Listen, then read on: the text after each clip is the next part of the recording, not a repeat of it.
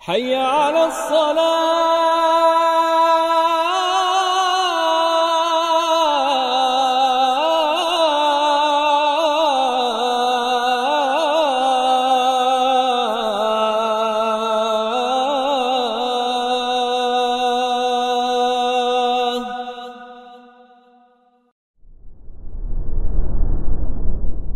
Bismillahirrahmanirrahim. Assalamualaikum warahmatullahi wabarakatuh. Innal hamdalillah nahmaduhu wa nasta'inuhu wa nastaghfiruh wa na'udzu billahi min shururi anfusina wa sayyiati a'malina.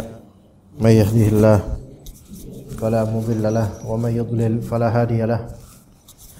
Asyhadu an la ilaha illallah wahdahu la syarika lahu wa asyhadu anna Muhammadan abduhu wa rasuluhu la nabiyya ba'dahu.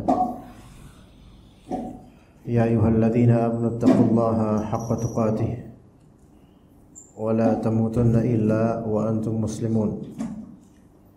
Fa inna asdaqal hadits kitabullah wa khairal hadi hadi Muhammadin sallallahu alaihi wasallam wa syarrul umuri muhdatsatuha wa kullu muhdatsatin bid'ah wa kullu bid'atin dhalalah wa kullu dhalalatin finnar. Amma ba'd.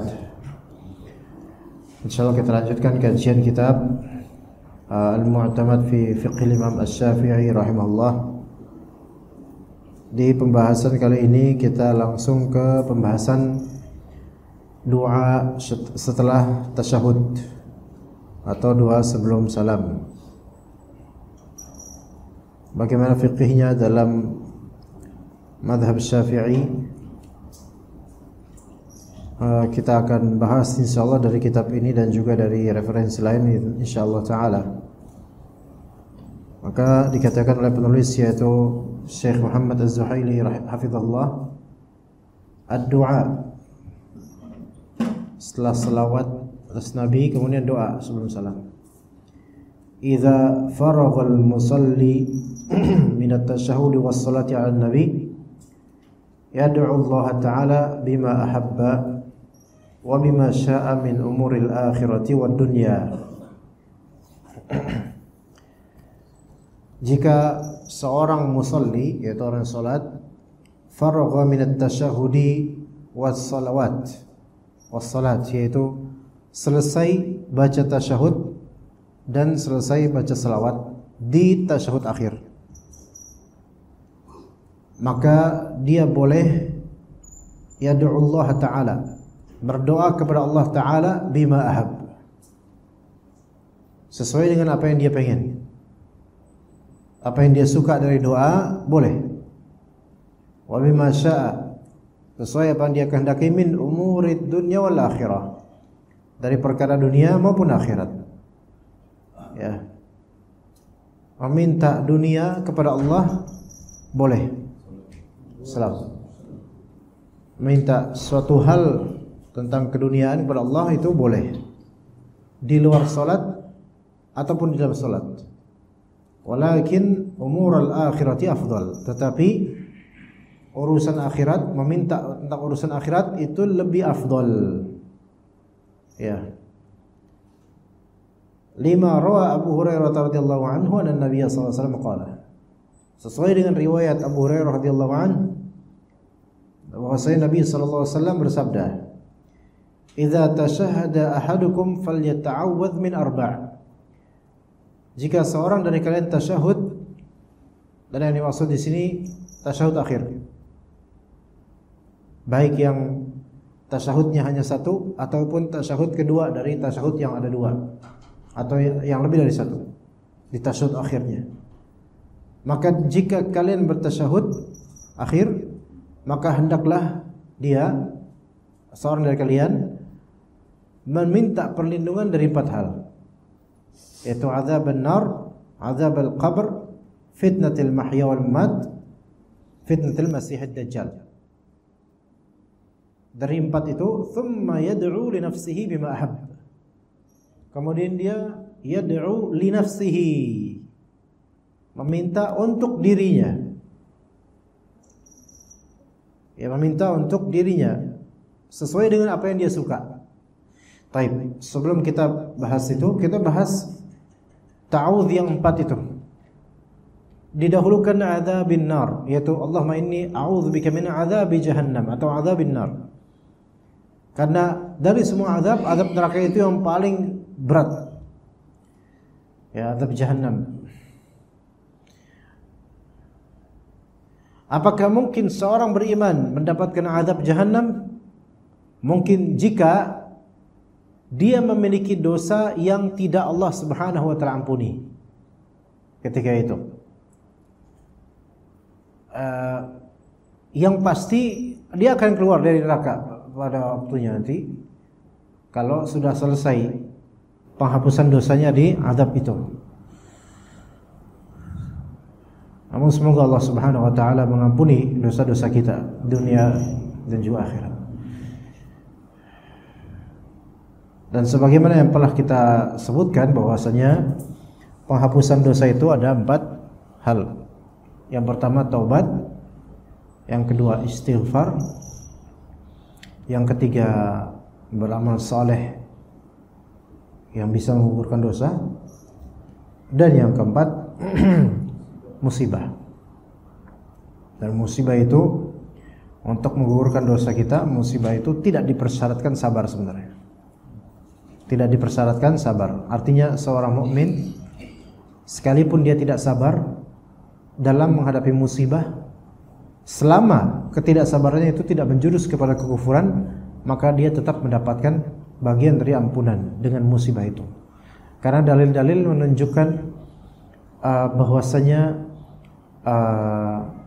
secara mutlak orang yang disifati keimanan itu dia dapat ampunan dengan sebab musibah atau ujian atau hal yang kecil bahkan. Yang kata Nabi SAW, siapa yang terkena di antara kalian keletihan, kesulitan, kena bahkan hatta syaukah yushakuha, yaitu bahkan sampai duri yang dia ketujus kena duri di jalanan sampai segitu aja, itu melainkan ada dosa yang diampuni. Maka kata Syekh bin Baz rahimahullah bahwasanya tidak dipersyaratkan sabar untuk dapat ampunan dari Allah karena musibah. Tetapi kalau tidak sabar pun ya dosa gitu loh. Orang tidak sabar tetap dosa, tapi sisi lain dia dapat pahala, dapat pengguguran dosa, tapi dia juga dapat dosa. Ada hal kayak gitu bisa terjadi. Kadang orang satu amalan dia dapat pahala, tapi sekaligus dia dapat dosa. Bisa. Bukan mustahil kok. Seseorang dia salat menunaikan salat fardu dapat pahala. Tapi di salat fardunya dia melakukan pelanggaran yang berdosa buat dia, bisa terjadi. Bukan tidak mungkin. Ini misal Anda ngajarin antum kebaikan. Satu sisi Anda dapat pahala dengan mengajarkan antum kebaikan. Anda dapat pahala mengisi waktu dengan kebaikan. Tapi sisi lain kadang bisa aja Anda dapat dosa. Mungkin Anda ngejek antum misalnya. Atau hal-hal lain kita, ya itu timbangan yang Allah Ta'ala lebih tahu ya. Nah jadi azab jahannam, seorang ahli tauhid jika dia memiliki dosa yang besar, dan ahli tauhid yang saya maksud di sini yaitu dia memiliki bekal tauhid tetapi tidak sempurna dengan banyaknya dosa-dosa itu, dan mungkin ada nisbat syirik kecilnya yang membuat dia tidak dapat ampunan di dosa-dosa khusus di sisi Allah. Maka dia masuk neraka, kemudian Allah Subhanahu wa taala akan kembalikan dia ke jannah. Namun tentu cita-cita kita jangan sampai yang penting masuk surga dulu deh. Enggak gitu. Ya kita menghindari diri dari api neraka, jangan merasa aman. Oleh karena Nabi SAW mencontohkan supaya kita meminta kepada Allah perlindungan dari azab neraka. Dan adapun orang-orang kafir maka mukhalladun finnar, mereka itu diabadikan di neraka. Maka berlindunglah kepada Allah dari kekufuran, baik yang samar maupun yang terang benderang. Kemudian Allahumma inni a'udzubika min adzabil qabr. Ya Allah, saya berlindung kepada Engkau dari azab kubur. Kalau bisa emang setiap salat, Pak. Setiap akhir salat doa ini. Sampai ada sebagian dari ulama yang mengatakan kalau antum jadi makmum dan imam salam duluan, diperbolehkan bagi antum untuk baca doa-doa ini terlebih dahulu, baru antum salam. Walaupun wallahu alam mana lebih cocok untuk mengikuti yang langsung salam ikutan dengan imam. Kalau sudah tertunaikan kewajibannya yaitu tasyahud akhir.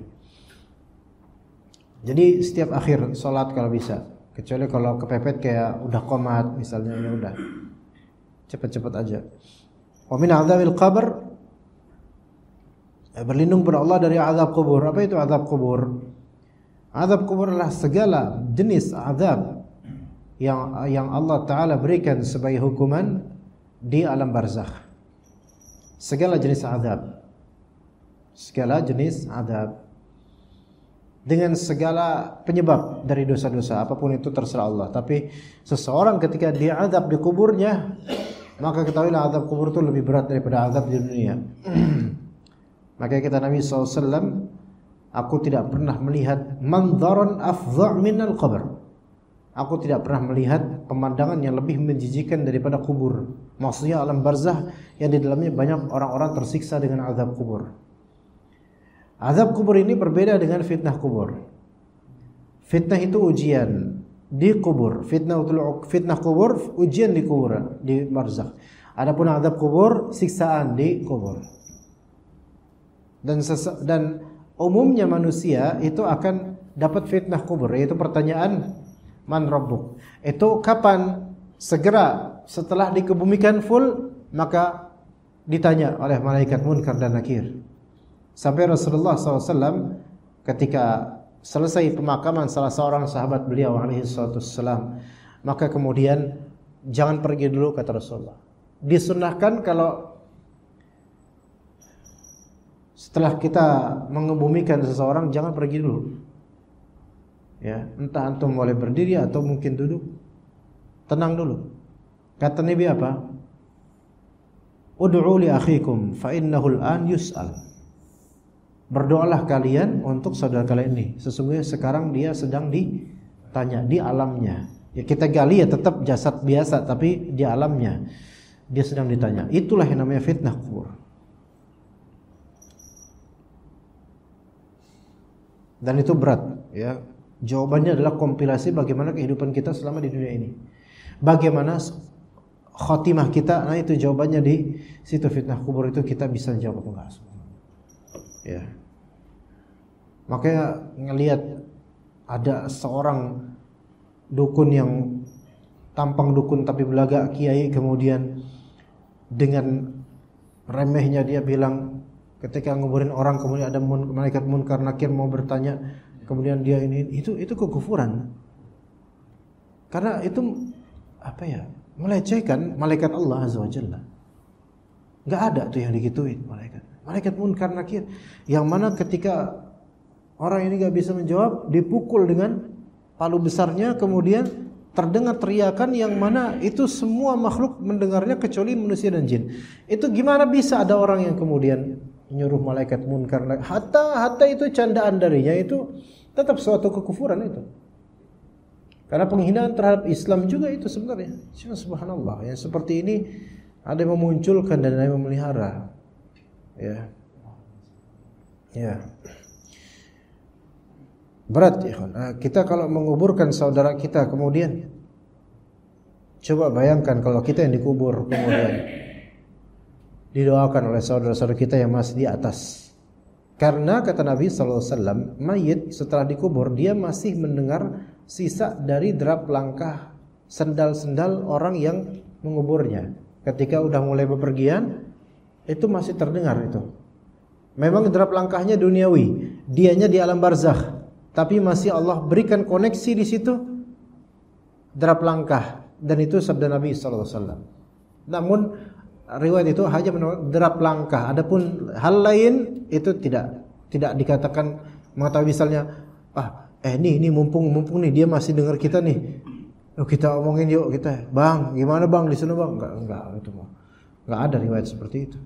Enggak ada riwayat yang menyatakan mungkinnya untuk mendengar percakapan kita. Namun sunnahnya adalah kita tetap berada di area kuburan saudara kita itu sambil mendoakan kebaikan buat dia, karena dia sedang ditanya. Man rabbuk? Siapa Rabb? Siapa nabimu? Siapa agamamu? Subhanallah. Pertanyaan itu yang tidak pernah terfikirkan oleh orang-orang munafik sekarang. Allah tutup kalbu orang-orang kafir, munafik, dan orang-orang yang tertutup kalbunya dari 3 pertanyaan itu. Siapa Rabbmu? Siapa nabimu? Apa agamamu? Makanya ajaib sekarang sebagian dari orang Islam padahal katanya itu mengajukan agar agama itu kan masalah privasi, kita nggak usah menzahirkan agama. Antum nanti akan ditanya di alam barzakh, apa agamamu? Apakah akan menjawab seperti jawaban orang liberal sekarang? Apa urusannya? Agama kan privasi saya, kok ditanya? Subhanallah, nggak ada kan kayak jawaban kayak gitu. Itu jawaban orang-orang liberal di dunia. Ya. Dan itu butuh berlindung pada Allah Ta'ala dari azab kubur. Dari sekarang Pak, kita berbekal supaya dalam salat kita berbekal supaya masa depan kita di alam barzakh itu tidak buruk. Na'udzubillah. Na'udzubillah min dzalik. Karena enggak ada siapa-siapa penolong kita. Coba di alam barzakh siapa yang menolong kita?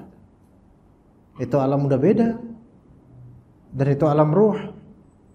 Gimana cara kita sampai ke orang-orang kemudian kita kabarkan? Kayak sekarang orang-orang ketika sudah wafat, mereka nggak mengabarkan, rata-rata nggak ada mengabarkan kepada keluarganya, saya udah enak nih di alam barzakh, nggak ada. Mungkin pernah ada di alam mimpi, tapi itu kan alam mimpi yang mana bisa benar dan bisa juga itu talbis iblis. Kita nggak tahu sejatinya orang ini. Ya. Kemudian wa min fitnatil mahya wal mamat. Dan berlindung kepada Allah dari fitnah. Fitnah ini ujian. Al-mahya dan al-mamat. Sebagian ulama menafsirkan fitnah kehidupan al-mahya sebagai ujian-ujian yang ada selama kita hidup ini di dunia. Ya. Karena hidup di dunia ini tentu penuh dengan fitnah, ujian. Makanya kata Nabi sallallahu alaihi wasallam, al-ibadatu fil haraji ka hijratin ilayya. Ibadah di masa haraj itu pembunuhan terjadi di mana-mana. Tapi ini orang tetap berusaha ibadah dekat pada Allah, itu seperti orang hijrah kepadaku. Artinya itu paling besar dan menenangkan. Padahal pembunuhan terjadi di mana-mana. Lagi chaos negaranya atau daerahnya. Namun dia tetap fokus untuk mendekatkan diri pada Allah, ini baru yang benar. Dan kata Nabi SAW, badiru bil a'malis salihati fitanan ka qita'il lailil muzlim. Bergegaslah kalian untuk beramal sebelum datangnya fitnah, ujian kehidupan, ka qita'il lailil muzlim, seperti potongan-potongan malam yang gelap. Yusbihur rajulu fiha mu'mina wa yumsi kafira. Yang mana di masa fitnah, di masa chaos, ujian besar, ada orang yang paginya itu mukmin, sorenya dia kafir. Wa yumsi mu'mina wa yusbihu kafira. Ada juga yang sorenya masih beriman, paginya sudah kafir. Betapa cepatnya orang-orang seperti itu berubah. Namun lebih cepat berubah ke yang buruk gitu, yang kafir. Nauzubillah min dzalik. Apa penyebabnya kok mereka berubah? Kata Nabi, yabi'u dinahu bi'aradhin minad dunya. Dia orang kayak gini menjual agamanya dengan arad. Arad itu dagangan dari dunia. Jadi agamanya dijual, dia dapat arad minad dunya. Arad itu adalah sesuatu yang zail. Jadi a'rada dan zala itu mirip. A'rada itu berpaling, zala itu hilang. Jadi arad minad dunya yaitu zailat minad dunya, sesuatu yang akan hilang itu. Maka dia itu menggadaikan agamanya demi mendapatkan dunia, maka dia siap kafir. Siap menggadaikan keimanannya. Ini fitnatul mahya ini seperti ini. Tanpa dia sadar mungkin dia telah kufur pada Allah Azza wa Jalla, menggadaikan agamanya demi arad minad dunya, demi nikmat dunia yang kata Nabi arad sifatnya, dan arad itu artinya zail. Makanya barang dagangan itu disebut arad. Arad, ya arad itu yang dihamparkan, ditampakkan. Dan kemudian juga pameran itu disebut ma'rad. Kenapa ada pameran? Karena untuk diambil, untuk hilang dari pemiliknya. Kenapa ada dagangan disebut arad? Makanya ada zakat al-urud wa tijarah, yaitu zakat barang dagangan. Karena disebut urud, yaitu barang dagangan disebut itu. Karena apa? Karena ini akan hilang dagangan ini. Antum kan dagang supaya ini hilang dari antum dan antum dapatin harganya, gitu kan? Dan begitu juga dunia. Dunia itu kita ambil supaya hilang. Dunia itu kita ambil supaya habis. Agama kita pelihara imannya, amalannya supaya kekal nanti jadi pahala di akhirat. Tapi ini malah yang kekal dibuang, yang sementara diambil. Ini yang membuat seseorang kemudian dia paginya mukmin beriman, maka sorenya dia bisa berubah kafir gara-gara masalah ini. Gara-gara dia udah nggak mau lagi ke agamanya, yang penting saya gimana caranya dapat duit. Sampai sebagian dari mereka mengatakan kerja atau nyari duit yang haram aja sekarang susah, apalagi yang halal. Subhanallah, kebalik banget, yang haram aja susah, apalagi yang halal. Ini pikiran orang susah. Bapak-bapak di sini karena selama ini kerja kan yang halal. Pekerjaan yang halal jauh lebih banyak daripada yang haram. Minuman yang halal jauh lebih banyak daripada yang haram. Maka kalau kita bilang, saya mau minum, yang haram aja sekarang susah, dapatnya apa? Yang halal. Emang di pikiran antum air itu cuma comberan doang apa? Sementara air hujan banyak, dagangan orang-orang pada dagang yang halal. Bahkan ada sekarang masih di daerah sini nih, saya pernah ketemu ada kakek tua, itu dia dagang arang keliling, Pak. Dia pakai inian loh, apa? Pikulan. Kalau dulu kan pakai pikulan abang-abang itu, kemudian tukang agar atau tukang ikan dulu pakai pikulan. Ini masih ada kayak gini arang. Sekarang siapa yang pakai arang? Rumah masakan Padang aja pakai arang pun bisa bikin sendiri dia, atau beli langsung di toko. Dia kan mereka perhitungan, nggak bakal mau beli di ini kan lebih mahal, nggak mau beli dari abang-abang kayak gini. Ya, gimana? Tapi masih bisa itu orang itu untuk berdagang, padahal udah usia segitu. Ini fitnatul mahya, yaitu ketika terjadi fitnah banyak orang berubah.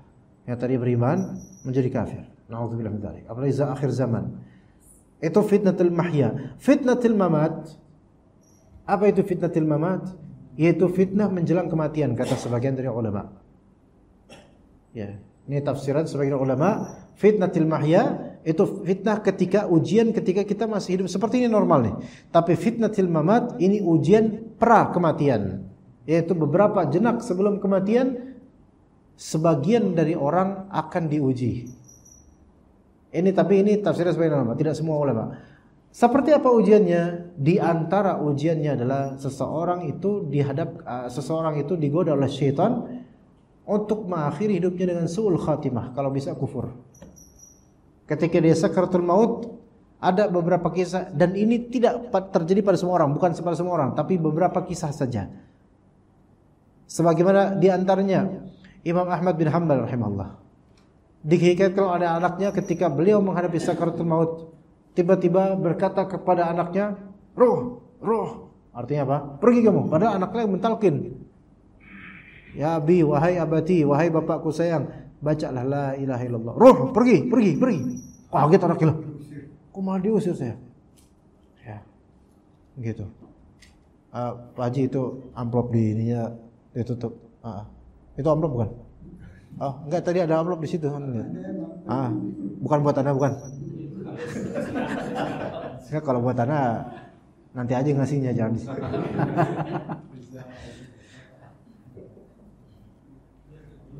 Ya, seorang kalau lagi butuh duit tuh, ngeliat merah-merah, biru, putih, merah itu saya iya. Sensitif. Indomaret kan merah, biru, kuning gitu, jadi kelihatan duit dong. Tadi saya mana tadi saya? Pergi. Roh di sini artinya bukan roh, bukan artinya pergi. idhab gitu. Pergi. Anaknya bingung lah, gini gimana, terus pingsan beliau. Terus ketika udah mulai siuman lagi, tapi dalam masa sakaratul maut ihtidar. Maka ditanya, "Wahai bapakku, kenapa tadi aku talqin, engkau malah justru nyuruh aku pergi?" "Enggak, aku tidak nyuruh kamu pergi. Yang aku suruh adalah syaitan yang dia menampakkan diri dan menggoda saya dengan seolah-olah dia itu orang yang berilmu, beriman. Kemudian bilang, 'Wahai Imam Ahmad, berkat engkau lah itu orang-orang pada kembali ke sunnah, pada ini, pada itu. Wah, engkaulah orang yang banyak jasanya di sini.' Maka Imam Ahmad langsung mengusir itu. Dia tahu bahwa itu syaitan, tapi menampakkan seperti manusia yang saleh, alim, yang memujinya dia. Supaya apa sebenarnya tujuannya? Supaya ujub. Karena syaitan ini kemungkinan tahu, wah ini gak lama lagi nih, ayo kita goda deh. Siapa tahu dapat dia imam ini, siapa tahu tergoda, kemudian akhirnya apa? Mati dalam keadaan ujub. Maka pergi gitu. Itu kata Imam Ahmad bin Hanbal. Ini di antaranya termasuk fitnatil mamat, yaitu fitnah sebelum kematian. Fitnah sebelum kematian. Dan juga ada kisah-kisah lain sebenarnya yang berkaitan dengan ini. Kemudian wa min syarri fitnatil masihid dajjal, dan dari keburukan fitnah al-masih ad-dajjal, ujian yang Allah takdirkan dengan adanya Dajjal.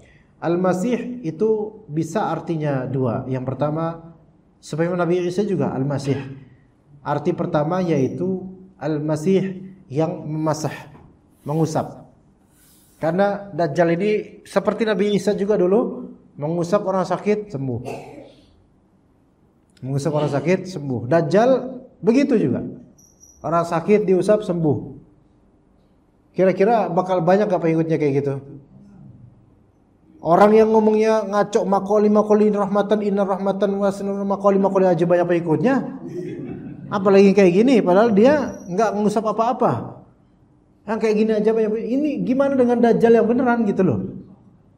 Kemudian Al-Masih makna kedua yaitu qati'ul ard, yaitu orang yang memotong bumi. Artinya yang memotong maksudnya mengarungi seluruh bagian dari bumi kecuali Makkah Madinah.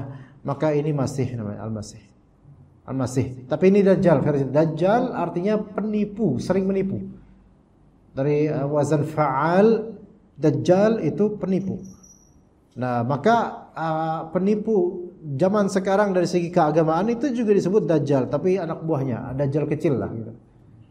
Penipu berkedok agama atau berfatwa padahal untuk mencari keuntungan duniawi, maka ini Dajjal kecil sebenarnya. Dajjal kecil, ya. Bukan Dajjal orinya, tapi Dajjal KW itu masih ori, Pak. Dajjal palsu, Dajjal kecil ya, cabang lah, cabang pembantu, ya. Begitu. Maka keburukan ini kita minta pada Allah perlindungan darinya di akhir salat kita. Setelah tadi mengetahui itu, Allahumma inni a'udzubika min 'adzabi jahannam, paham. Wa min 'adzabil qabr dijelaskan. Wa min fitnatil mahya wal mamat, clear. Wa min fitnatil masiihid dajjal, clear. Maka tinggal kita amalkan di salat-salat kita. Ya, tinggal diamalkan. Usia enggak ada yang tahu. Ya, usia enggak ada yang tahu.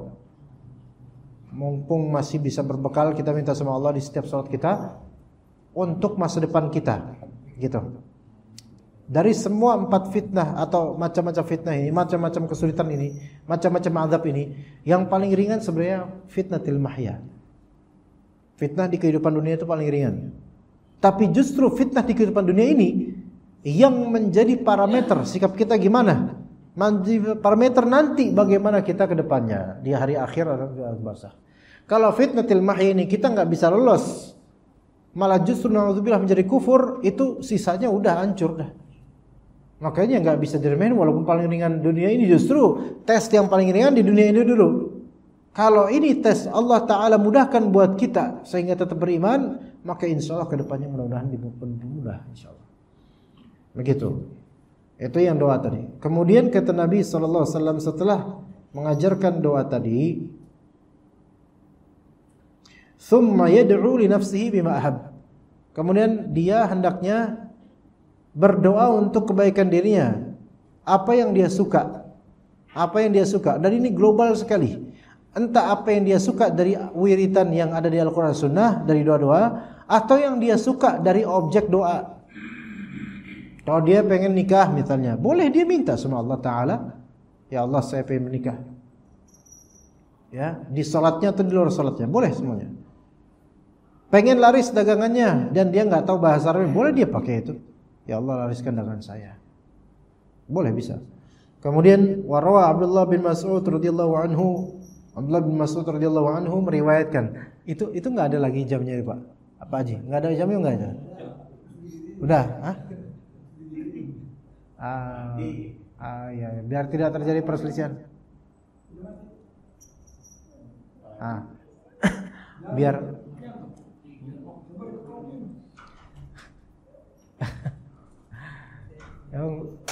subhanallah. Pak, kalau dajjal itu dajjal musab Pak, bukan nepok Pak.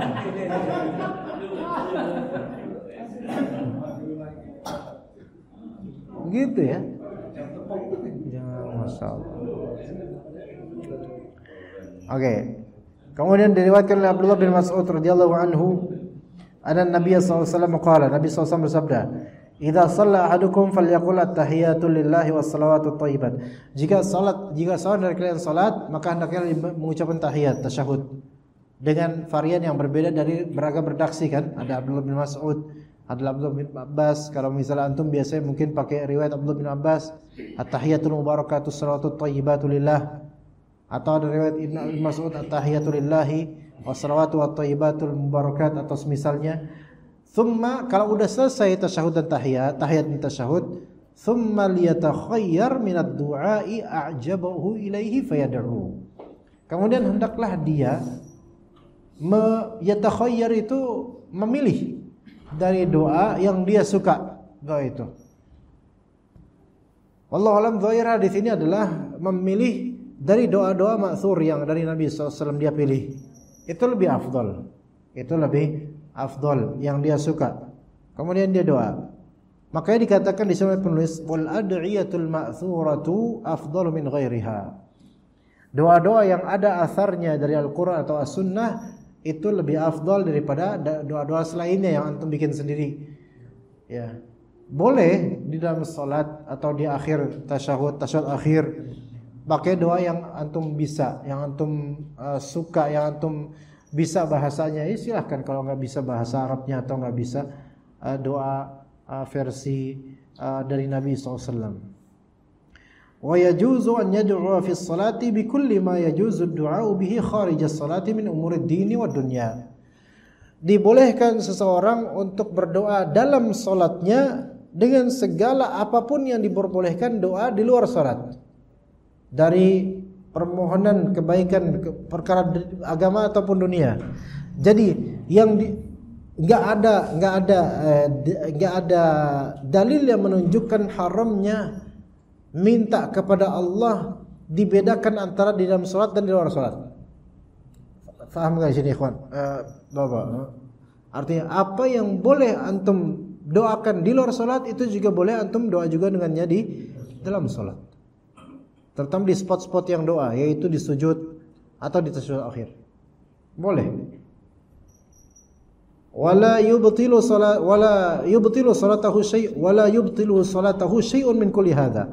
Apapun itu doanya, itu tidak membatalkan salat selama bukan kesyirikan doanya. Ya, bukan doa kesyirikan. Tidak membatalkan salatnya. Lakin idza da'a bi du'ain muharramin batalat salatuhu.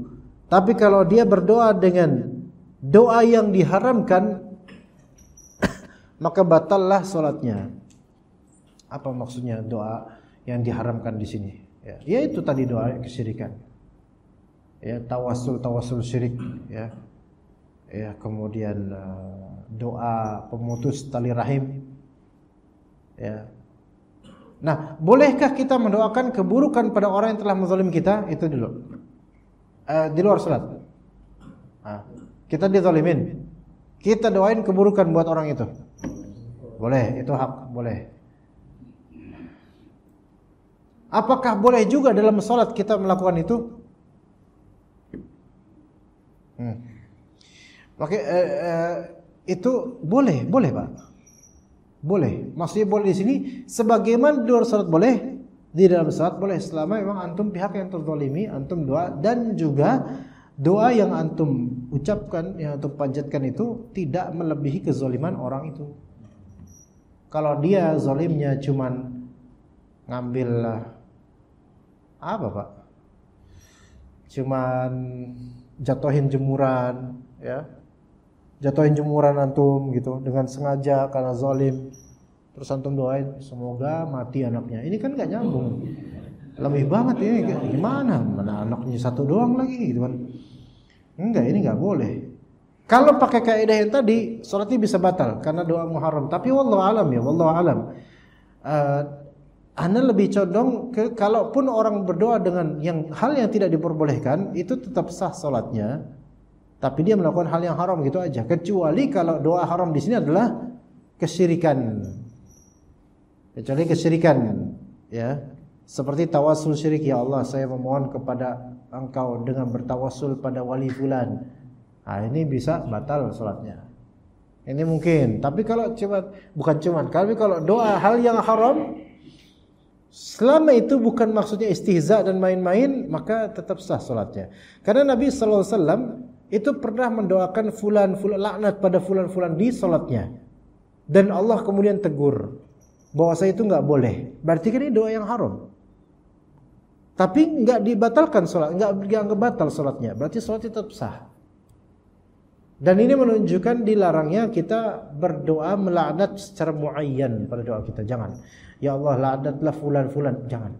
Ya Allah kutuklah fulan, jangan. Tapi hal lain yang tidak seburuk itu, ya. Kutuk di sini maksudnya kutuk di sini jauhkan dari rahmat tanpa gimana ya, laknat gitu. Termasuk juga ya Allah kutuklah dia biar menjadi monyet misalnya, itu enggak boleh, ya. Tapi kalau global, ya Allah laknatlah orang-orang yang mencaci agamamu misalnya. Ya. Tanpa isyarat ke person tertentu atau individu tertentu, tapi ke sifat orang-orang itu. Ya. Kalau misalnya kita punya tetangga kita mengejek agama kita dan kita nggak bisa balas. Ya, kemudian boleh nggak ya Allah laknatlah fulan yang telah mengejek kamu? Jangan sebut nama dia. Tapi boleh kita ya Allah laknatlah orang-orang yang menghina agamamu, dan dalam hati kita menginclude orang itu. Maka itu enggak masalah. Jadi laknat secara mutlak itu enggak apa-apa.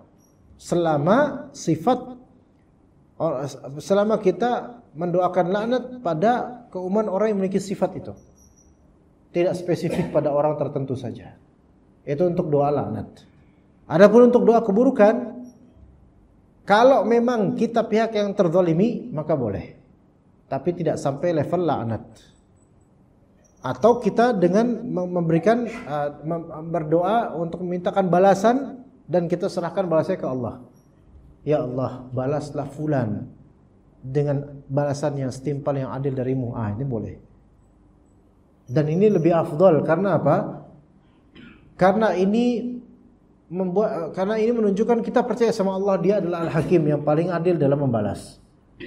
Itu lebih afdal daripada kita menyebutkan apa yang kita inginkan dari pembalasannya. Karena kadang manusia ketika menyebutkan ya Allah balaslah dia dengan ini itu, kadang-kadang keinginan kita itu melebihi dari kezaliman orang itu. Karena kita kadang emosi, marah, sehingga yang justru harusnya kita itu dapat pahala dengan kesabaran, malah jadinya dapat dosa dengan mendoakan yang lebih buruk daripada kezaliman orang itu. Enggak boleh kita membalas dengan yang lebih buruk. Termasuk doa, enggak boleh kita mendoakan hal yang lebih buruk daripada kezaliman orang itu, enggak boleh. Kalau dia cuman jatuhin jemuran antum terus antum doain yang lebih buruk dari itu, anaknya mati, ini berarti antum yang zalim sekarang dalam berdoa. Tidak fi doa. Berlebihan dan zalim dalam berdoa, dan Allah tidak mengabulkan doa-doa seperti ini. Enggak mengabulkan doa-doa seperti ini karena ini dosa. Ya, begitu. Oke, jadi boleh berdoa ketika itu. Kemudian wa man ajiza 'anid du'a bil arabiyyah tarjama. Siapa yang tidak mampu berdoa dengan bahasa Arab, maka silakan dia menerjemahkan dengan bahasa dia, semampu dia. Jadi boleh pakai di sini wa man ajiza 'anid du'a bil arabiyyah tarjama. Siapa yang enggak bisa doa dengan bahasa Arab, maksudnya dengan bahasa asli Al-Qur'an atau hadis. Dia enggak bisa karena enggak hafal. Tapi dia tahu maknanya, silakan dia doa dengan bahasa dia dengan terjemahan dari doa Nabi tersebut. Misalnya apa? Dia tahu Rabbana hab lana min azwajina wa dzurriyyatina qurrata a'yun waj'alna lil muttaqina imama. Dia enggak hafal ya. Enggak hafal lafal itu. Tapi dia tahu maknanya, maka dia cukup dengan maknanya saja. Iya, begitu. Ya. Kan ada beberapa doa. Allahumma inni as'alukal huda wat tuqa wal 'afaf wal ghina. Itu urutannya bingung dia. Aduh, apa ya? Aduh. Tapi saya tahu arti terjemahnya. Ya udah, ya Allah, saya mohon kepada Engkau hidayah, ketakwaan, keterjagaan, dan juga kekayaan hati. Boleh? Boleh. Ini yang doa ma'thur. Ini yang doa ada hadisnya. Wa yutarjimud du'a al-mandub wa dzikral mandub.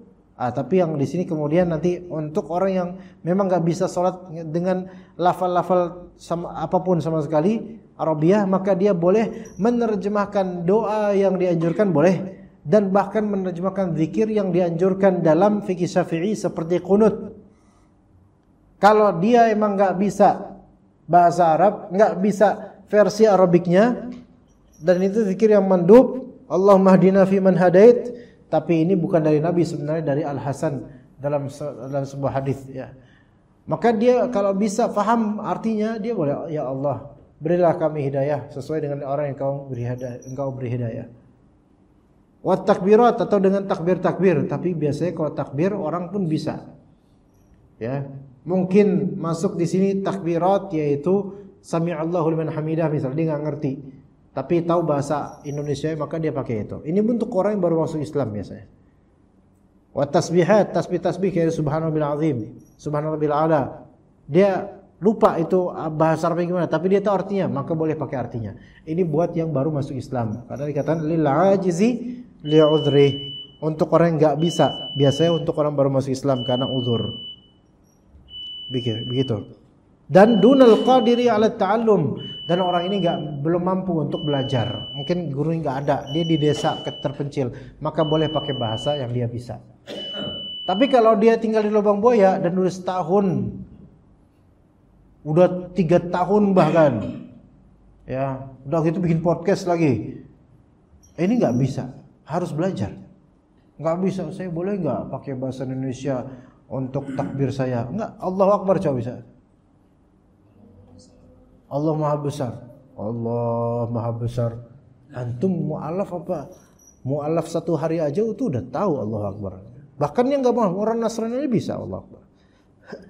Di kampung sawah aja Idul Fitri, Idul Adha, sebagai orang Nasrani ikut takbiran. Yang muslimnya malah main petasan. Allahul musta'an. Kebalik. Ya, silakan kita azan dulu. Setelah itu habis azan boleh ada tanya jawab. Baik, jika ada pertanyaan dipersilakan ya jemaah. Silakan, fadhal.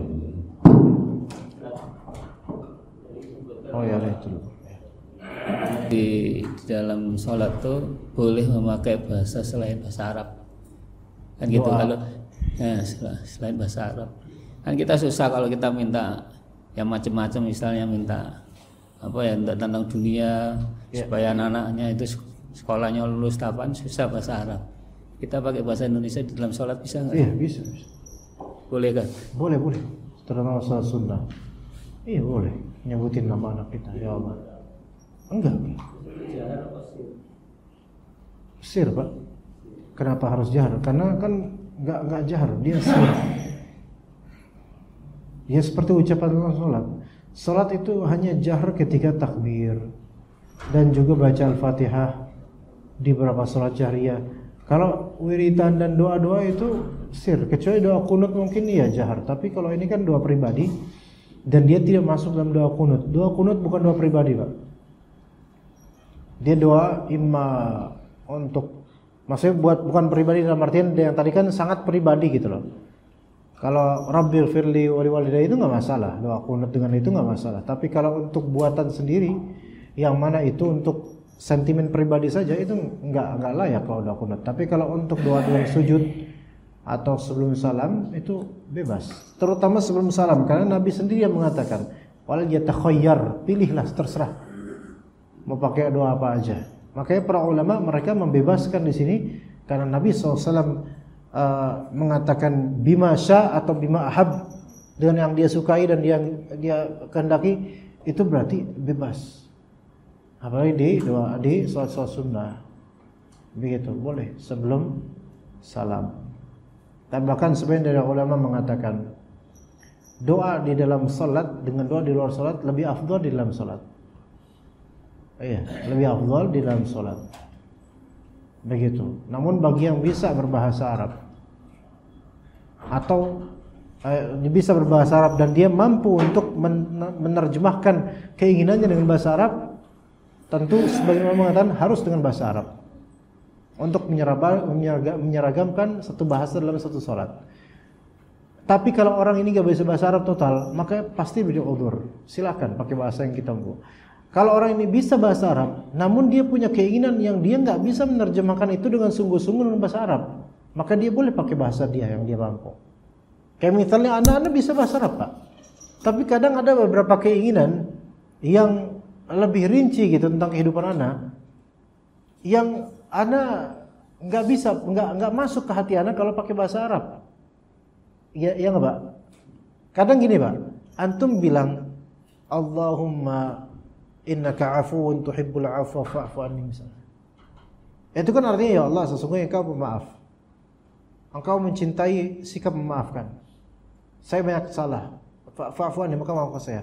Kalau kita misal antum doa pakai bahasa itu dari Nabi SAW biasanya doa itu di malam Qadar biasanya.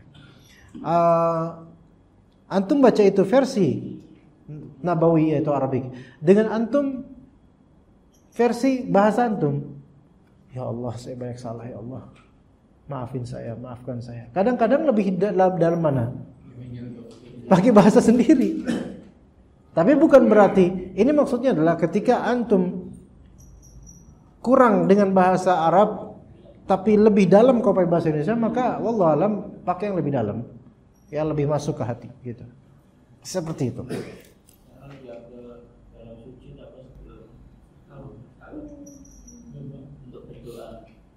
Kalau misalnya untuk berdoa, jika doa itu doa ma'thur yang memang ada di Al-Quran atau di hadis, lebih afdal di sujud. Tapi kalau itu doa yang lebih bebas daripada itu, maka lebih afdal sebelum salam. Jadi kalau misalnya antum ada doa-doa yang memang antum hafal dari hadis, baiknya di sujud. Kecuali doa-doa dari hadis yang memang dia spotnya memang sebelum salam. Seperti yang tadi. Itu lebih afdal antum mengucapkan sebelum salam. Kemudian setelah doa-doa seperti ini yang udah ada sunnahnya, ada anjuran lain yaitu pilih apa doa yang antum pengen. Nah ini ketika dipilih dibebaskan maka berarti silakan pakai apa yang antum pengenkan gitu. Allahu a'lam. Tafadhal, Pak. Sebenarnya sama satu pertanyaan saya. Ya. Saya menegaskan saja itu diucapkan kan, bukan cuma dalam hati. Ya? Diucapkan. Nah, udah selesai pertanyaannya. Jadi cuman pelan dengan sir. Sir ya pelan. Diucapkan. Terus yang terakhir tadi Sebelumnya ini masalah mana yang lebih afdal? Berdoa dengan qalbu atau berdoa dengan lisan? Dengan lisan. Jelas ya, lisan juga qalbu juga ya. Maksudnya ada kalanya kita itu doa minta sama Allah tapi cuman bisikan hati. Itu bisa enggak dikabul? Bisa. Allah kan alimun bidzatis sudur. Kata Allah wa asirru qaulakum wajharu bi innahu alimun bidzatis sudur. Allah Maha tahu. Bisa aja Allah. Mungkin antum pernah terjadi Pak, pada antum hanya sekelebat keinginan di hati, ya Allah, pengen dah. Ini dalam hati. Emang benar perkataan hati. Allah jawab. Yo, bahkan saya belum minta dengan lisan. Tapi itu mungkin terjadi. Tapi kalaupun itu terjadi, mana yang lebih afdal? Tetap lebih afdal beradab doa dengan lisan. Karena para nabi itu mereka memiliki qalbu juga. Dan mereka itu mencontohkan dengan bahasa lisan, doa. Nabi Ibrahim ketika meninggalkan istrinya Siti Hajar dan anaknya Nabi Ismail, beliau kemudian kembali ke bukit mendengarkan tangan, baca Rabbi ja'al hadzal balada amina, bicara. Enggak cuma diam doang. Ya. Boleh dikatakan orang yang sengaja doa dengan cara diam doang di hati padahal dia mampu lebih beradab kepada Allah, boleh jadi orangnya salah. Kita enggak menyalahkan hatinya, tapi kita menyalahkan kenapa antum tuh bakhil sama Allah. Hanya untuk mengucapkan aja ke Allah. Karena rata-rata doa-doa ma'thur dari Nabi, rata-rata semua kan terucap oleh Nabi SAW atau terucap oleh orang lain, didengar oleh Nabi SAW. Kayak doa sebelum salam, ada seorang sahabat yang dia sebelum salam nih, dia berkata, Allahumma inni as'aluka ya Allah al-ahad as-samad alladzi lam yalid wa lam yulad wa lam yakul lahu kufuwan ahad an taghfira li dzanbi fa innaka ghafurur rahim. Itu sebelum salam. Kemudian Nabi SAW mengatakan orang ini telah diampuni, telah diampuni, telah diampuni. Kedengeran oleh Nabi SAW bacaan orang ini. Artinya dia dengan lisan. Tapi secara sir aja supaya tidak riya, tidak apa, secara sir. Dengan lisan, bergerak lisannya. Ya, kita tidak mengatakan bahwa saya doa di hati enggak didengar Allah, didengar. Cuman itu kurang beradab, kurang adab, kurang akhlak gitu. Kecuali kalau lisan udah keluh, nggak tahu harus ngomong apa, saking bukan ngaku, bukan bisa ngomong, bukan karena faktor fisik Pak, tapi karena saking rumitnya, saking bingungnya dia nggak tahu harus ngomong apa, bingung pikirannya. Tapi hatinya meminta, ya Allah selesaikan urusan, ya Allah saya bingung ya Allah. Itu Allah jawab. Ya Allah jawab. Yang seperti karena darurat, dia orang nggak bisa dia baca. Begitu. Kadang orang ada yang kayak gitu Pak. Kita aja normal alhamdulillah. Tapi ada orang yang dia saking kalapnya, dia mau gini aja, dia gini doang, dia bingung mau ngomong apa. Saking bebannya tuh banyak. Makanya sepertinya Allah Maha tahu. Lanjut tadi Bapak masih ada. Kalau di dalam sujud itu diutamakan doa-doa yang dari Rasulullah gitu saja. Iya, iya. Tapi kalau yang di sebelum salam itu lebih bebas gitu tadi katanya. Ya, gitu ini hanya kesimpulan Anda Pak. Pada hakikatnya kalau di sujud boleh juga antum pakai doa yang antum suka dari bahasa Indonesia, nggak apa-apa, nggak masalah juga. Cuma kan kalau kita ngeliat di hadis lafal dari Nabi wal yatakhayyar atau masya'a, apa yang dia pengen, itu kan berarti kan lebih longgar kalau misalnya sebelum salam.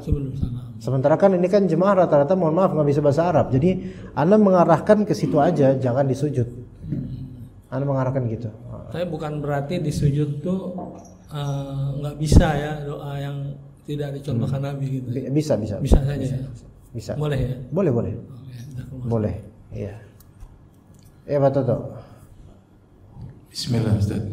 Ustaz, tadi pas di bahkan bisa membatalkan sholatnya apabila kita berdoa yang berkaitan dengan kesyirikan Ustaz.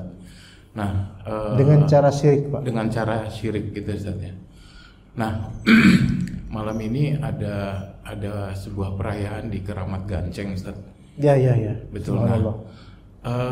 Sebenarnya lebih ke pemahaman, dan saya ngelihat di situ juga yang hadir juga mereka paham gitu ya Ustaz dengan masalah yang walau alam sebenarnya mereka paham atau tidak bahwa itu adalah bagian dari kesyirikan.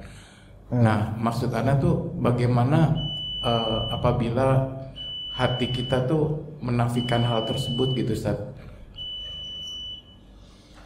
benci gitu Ustaz melihat yang seperti itu gitu. Akan tetapi qadarullah ada ya udahlah biarlah, yang penting mereka diberikan, doain aja toh misalkan seperti itu. Yang seperti itu sikapnya apakah salah gitu Ustaz? Ya. Syukuran, jazakallah. Oh iya. Allahu Akbar, syahadu la ilaha illallah. Udah kumat Pak. Ya, sampai jalan-jalan ditutup. Gimana ya Pak ya? Kadang sampai kita itu melihat fenomena seperti ini merasa lebih baik nggak usah tahu deh ada kayak gitu, jadi lebih tenang hati. Karena ketika tahu kepikiran. Anak tadi nggak inget tuh Pak, gara-gara tuh nanya ini jadi pikiran sekarang, sedih Pak. Iya, karena what can we do gitu Pak? Apa yang bisa kita lakukan? Kita mau amar nahi munkar itu impossible di sana, nggak bisa. Logisnya nggak bisa. Suatu saat mudah-mudahan kelak bisa, cuman itu terlalu crowded. Nah gini, karena syaitan itu berusaha untuk menggabungkan antara tradisi syirik dan pernak-pernik dunia, sehingga orang itu kadang enggak melihat ke syiriknya Pak. Mereka teralihkan ke pernak-perniknya, rukun antar warga, kemudian dagangan, kan banyak kena di sana. Antum tanya ke orang-orang pedagang itu, mereka tuh nggak peduli sebenarnya nggak sama sedekah, bukan itu yang mereka cari. Mereka nyari ramenya. Beberapa orang yang sekarang belanja di sana pun itu mereka belum tentu peduli sama perayaannya. Tetapi semua itu kalau Allah binasakan, kita nggak mendoakan gini, misal saja itu rata semua kena. Cuma sebagaimana kata Nabi SAW, bahwasanya ada pasukan ya pengen menghancurkan Ka'bah ya, kemudian yukhsafu bi awwalihim wa akhirihim, kemudian pasukan-pasukan yang besar tersebut itu dibalik, yukhsaf itu di ini Pak, bumi itu dibalikin ya, dari awal pasukan sampai mati semua. Aisyah kemudian berkata, ya Rasulullah, bukankah di antara mereka ada pedagang-pedagang, maksudnya yaitu warga sekitar yang menjajakan dagangan supaya dibeli sama orang-orang pasukan ini yang mau menghancurkan Ka'bah. Kayak kita misalnya lagi di jalan tol macet, kadang-kadang kan ada warga sekitar tiba-tiba datang asongan gitu kan. Nah itu juga tetap kena juga tuh. Karena apa? Mereka berada di barisan itu dan mereka nggak bisa nahi munkar gitu loh. Mereka hanya mencari apa? Penghasilan saja. Bodoh amat ente mau ngancurin apa, yang penting saya dibeli dagangannya itu kan. Itu yang terjadi sekarang di Aceh. Ya. Kalau Allah Ta'ala hancurkan sebagian serpihan bumi yang sedang diberbuat syirik di situ, itu kena semua itu. Kena semua. Enggak dipilih-pilih, yang ini matiin, yang ini jangan lo. Enggak. Kecuali kalau Allah pengen kayak gitu, itu terserah Allah. Tapi umumnya enggak, dia semuanya. Nah, apa kata Nabi kemudian dengan pertanyaan Aisyah radhiyallahu anha? Mereka akan yub'atsu ala niyatihim. Mereka akan dibangkitkan nanti sesuai niatan-niatan mereka masing-masing. Tapi binasanya di dunia sama mereka. Cuman di akhirat nanti wa husila ma fis sudur. Apa yang di dada itu keluar semua. Yang memang tujuannya syirik itu yang bakal dihisab di situ. Yang tujuan murni dagang bakal dihisab juga tentang perdagangannya dan akan ditanya kenapa kamu di situ. Ditanya semua. Makanya ketika ditanya, Ustaz boleh nggak kita jualan juga di situ, atau itu mumpung ada diskon tuh baik di situ terus kita beli? Jangan. Ya akhirnya itu kalau misalnya perayaan bid'ah itu masih mending deh. Ini levelnya bukan bid'ah semata, melainkan syirik. Maka ini nggak boleh, dan ini nggak boleh kita berada di tempat tersebut yang kita nggak bisa mengingkari tempat itu. Malah justru dengan hadirnya kita di situ berjual atau membeli, itu justru akan membuat seolah-olah kita mengamini adanya itu. Nauzubillah min dzalik. Jadi kita harus ada hal-hal syirik itu lepas Pak, lepas. Bahkan sampai Nabi SAW melarang kita untuk mengunjungi situs-situs azab. Lewat aja nggak boleh kecuali dalam keadaan menangis, yaitu menangisi akan ngerinya azab Allah Azza wa Jalla. Itu ada suatu saat mungkin anak akan jelaskan. Gimana? Madain Sol. Iya. Ya di Madian. Bukan Madian aja, di mana-mana kalau misalnya emang itu tempat pernah Allah binasakan dengan azab. Kayak di Dieng itu ada apa namanya?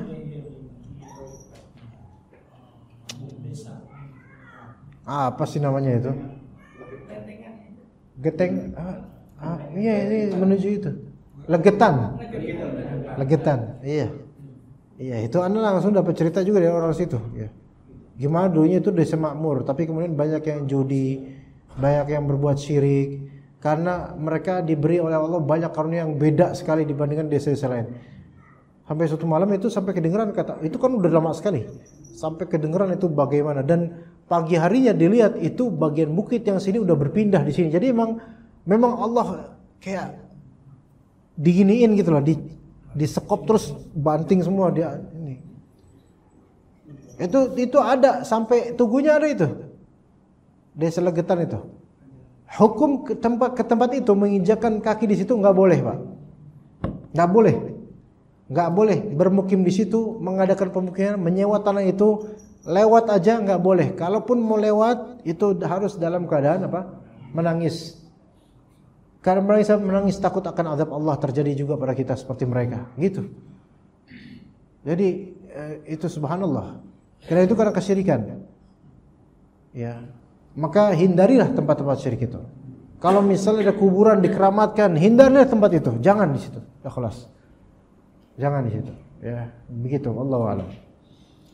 Ya, mungkin kita cukup karena udah jauh waktunya. Sallallahu ala nabiyina Muhammad wa ala alihi wa sahbihi ajma'in. Subhanakallahumma wa bihamdika asyhadu an la ilaha illa anta astaghfiruka wa atubu ilaik. Assalamualaikum warahmatullahi wabarakatuh.